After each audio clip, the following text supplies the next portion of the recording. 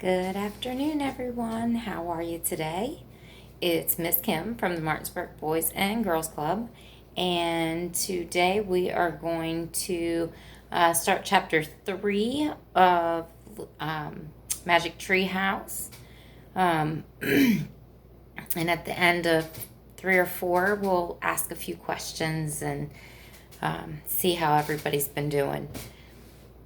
So,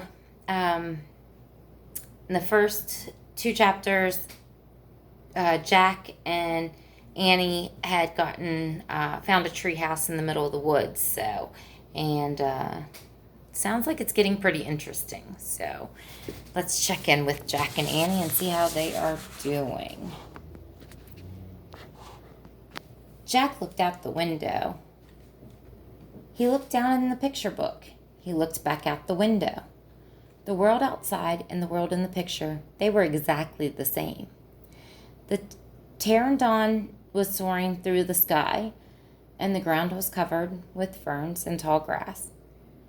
There was a winding stream, a sloping hill, and volcanoes in the distance. "Well, where are we?" stammered Jack. The pterodon glided to the base of their tree. The creature coasted to a stop and stood very still. "What happened to us?" said Annie. She looked at Jack. He looked at her. "I don't know," said Jack. "I was looking in the picture book, and you said, 'Wow, I wish I could see a pterodon for real,'" said Annie. "Yeah, and then we saw one in the Frog Creek woods," said Jack. "Yeah, and then the wind got loud and the treehouse started spinning," said Annie. "And we landed here." "And we landed here," said Annie. "So that means," said Jack. "So that means what?" said Annie. "Nothing," said Jack. He shook his head. "None of this can be real." Annie looked out the window again. "But he's real. He's very real." Jack looked out the window with her. The pterodon was standing at the base of the oak tree like a guard. His giant wings were spread out on either side of him. "Hi!" Annie shouted. "Shush!" said Jack. "We're not supposed to be here." "But where is here?" said Annie. "I don't know," said Jack. "Hi!" Annie called again to the creature. The pterodon looked up at them. "Where is here?" Annie called down. "You're nuts. He can't talk," said Jack. "But maybe the book can tell us." Jack looked down at the book. He read the words under the picture. "This flying reptile lived in the Cretaceous period. It vanished 65 million years ago." "No, impossible. They couldn't have landed in a time 65 million years ago." "Jack," said Annie. "He's nice." "Nice?" "Yeah, I can tell. Let's go down and talk to him." "Talk to him?" Annie started down the rope ladder. "Hey!" shouted Jack, but Annie kept going. "Are you crazy?" Jack called. Annie dropped to the ground. She stepped boldly up to the ancient creature. I'll show you this picture here. She got right down the ladder and right there in front of him. Or her. Not sure yet. Chapter 4. Henry. Jack gasped as Annie held out her hand. "Oh, brother."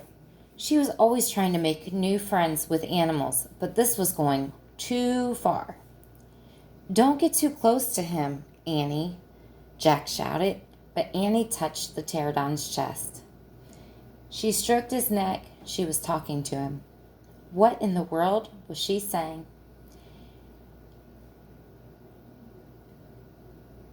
Jack took a deep breath. Okay, he would go down too. It would be good to examine the creature, take notes like a scientist. Jack started down the rope ladder. When he got to the ground, Jack was only a few feet away from the creature. The creature stared at Jack. His eyes were bright and alert. "He's soft, Jack," said Annie. "He feels like Henry." Jack snorted. "He's no dog, Annie." "Feel him, Jack." Jack didn't move. Don't think, Jack. Just do it." Jack stepped forward, put his arm out. Very cautiously, he brushed his hand down the creature's neck. Interesting. A thin layer of fuzz covered the pterodon's skin. "Soft, huh?" said Annie. Jack reached into his backpack, pulled out a pencil and a notebook. He wrote, "Fuzzy skin." "What are you doing?" asked Annie. "Taking notes," said Jack. "We're probably the first people in the whole world to ever see a real live pterodon."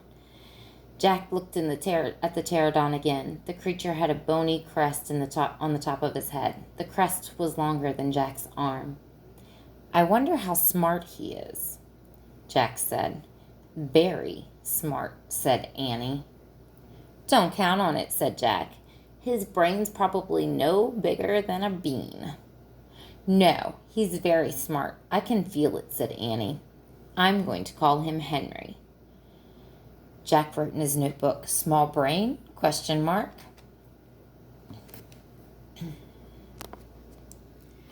Jack looked at the creature again. "Maybe he's a mutant." The creature tilted his head. Annie laughed. "He's no mutant, Jack." "Well, what's he doing here then? Where is this place?" Annie leaned close to the pterodon. "Do you know where we are, Henry?" she asked softly. The creature fixed his eyes on Annie. His long jaws were opening and closing like a giant pair of scissors. "Are you trying to talk to me, Henry?" asked Annie. "Forget it, Annie," Jack wrote in his notebook. "Mouth like scissors." "Did we come to a time long ago, Henry? Is this a place from long ago?" Suddenly she gasped, "Jack!" He looked up. Annie was pointing towards the hill. On top stood a huge dinosaur. All right, guys, I'm going to stop there for this afternoon. And when we come back in a few days, we will start with Chapter 5. But Chapter 3 and 4 were pretty interesting. They were able to touch the pterodon and talk to it. Do you think it's going to talk back? Maybe you know the answer to that. Maybe you have read this book before or have had it read to you before. I told my kiddos that I was reading this to you guys, and my daughter, who just turned 18, said she still loves the Magic Treehouse series. So I'm really hoping you guys like these books that I'm going to read the whole series to you. So I will talk to you guys soon. Stay happy, stay healthy, stay safe.